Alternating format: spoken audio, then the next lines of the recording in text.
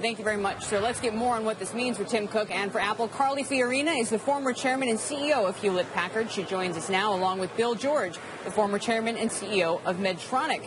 He sits on the board of ExxonMobil and Goldman Sachs. Hello to you both. And Carly, look, Hewlett-Packard is one of the companies that's previously been in the crossfires for this kind of activity. So do you think it's in violation of the law or of the spirit of the law for these tech companies to shift profits overseas for more favorable tax rates?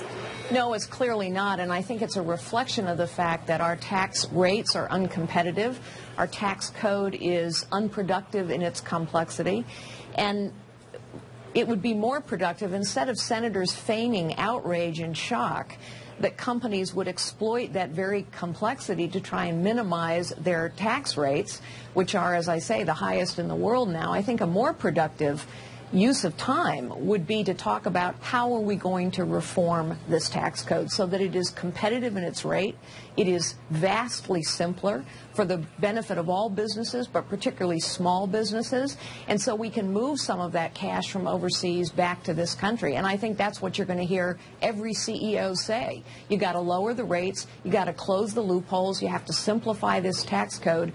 But hauling up companies to berate them for trying to maximize profit, I think, truly is counterproductive.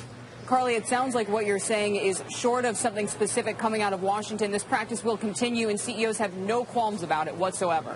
Well, look, it is a CEO's job to try and use legal and ethical means to maximize their profits and to maximize their shareholder return in a way that's sustainable over the long haul. Is this ethical? It's legal, but I guess there's this question of whether and in whose interest. You know, Apple is frequently here in its testimony putting forward this issue of acting in the interest of shareholders. It seems to view that as effectively the only thing it needs to worry about, and perhaps with some merit.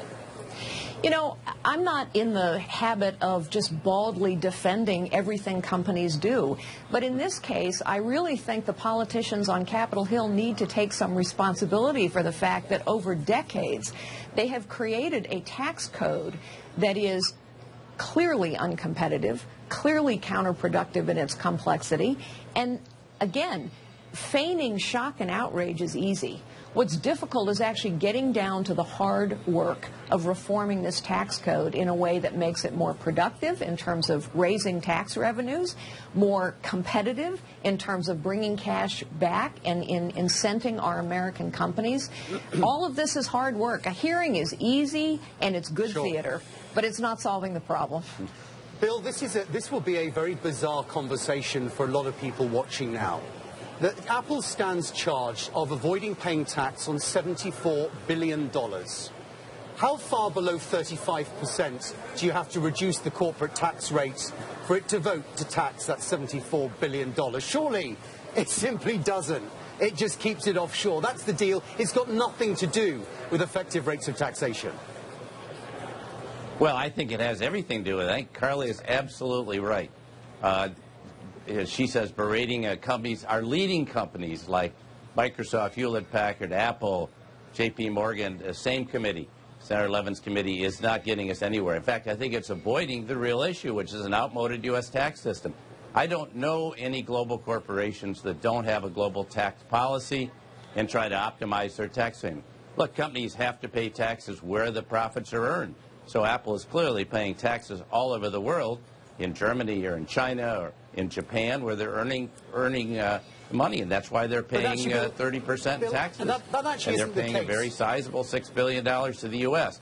But I think the real issue is we need a different tax policy for repatriation. What I would advocate...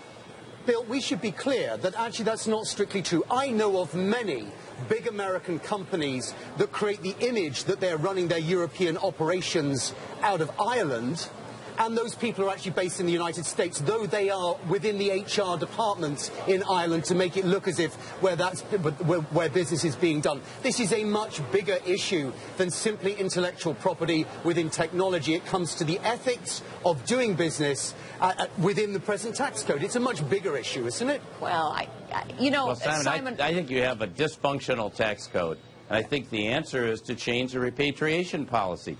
I've advocated one or two things. Either we have a 12-month repatriation holiday in which companies submit a plan to the U.S. Treasury to reinvest that fund. Say Apple wanted to reinvest $5 or $10 billion in additional R&D and new factories in the U.S., or any other company could submit a plan to the Treasury, get it approved, or to make acquisition in the U.S. Right now, we're incentivizing people to put those factories, their R&D centers, and their acquisitions outside the U.S. because they have the cash there, and it's basically it's tax effective to do that, and I just think it's wrong. The other thing we could do is permanently reduce the repatriation tax to 17.5%. It's way too high. It's the highest in the world. So when you do this, you're going to cause legal behaviors that are not in the benefit of the U.S. I'd like to see us create jobs here. We're not creating jobs. We can create jobs. We have many other advantages. But as long as we have a dysfunctional tax policy, American companies, or I know companies, I was on the board of a Swiss company. They have a global tax policy, too. I just don't know anyone that doesn't do that. And this is not about the Cayman Islands. This is about having a system in the United States that incentivizes companies to bring their cash back to the U.S. and invest in the U.S., not just invest in bonds and mortgage instruments, but invest in the U.S. in factories and R&D and perhaps in acquisitions. That's what I would advocate. Well, I think, first of all, I agree with everything that Bill just said. But, Simon, I want to go back to the point you made, which is, in essence, to accuse companies of faking Irish operations. You may be aware of companies that have done that. I am certainly not aware of any companies that have done that. And it's important to remember why so many technology companies went to Ireland in the 90s. The reason they went to Ireland in the 90s is because the Irish government made a very strategic choice. They lowered their tax rates. They invested heavily in their education system. And so a lot of technology companies, including but not limited to Hewlett-Packard, placed factories there. Our senators and congressmen need to get with the program and the reality that we are competing in a global economy. Every American company must compete in that global economy. And in order to compete successfully, we have to have a tax system that is competitive globally. Our rates are not competitive. The complexity of our tax code is clearly counterproductive to everyone. It's counterproductive in terms of raising tax revenues. It's counterproductive to companies in terms of the amount of manpower they have to invest in understanding the tax code. It is literally killing small businesses because of its complexity. Well, as I say, it makes good theater to haul up a CEO of a company like Apple and berate them, but it doesn't get down to the issue of solving the problem, which is massive tax reform, including lowering the rates and simplifying the system and recognizing this is a global economy.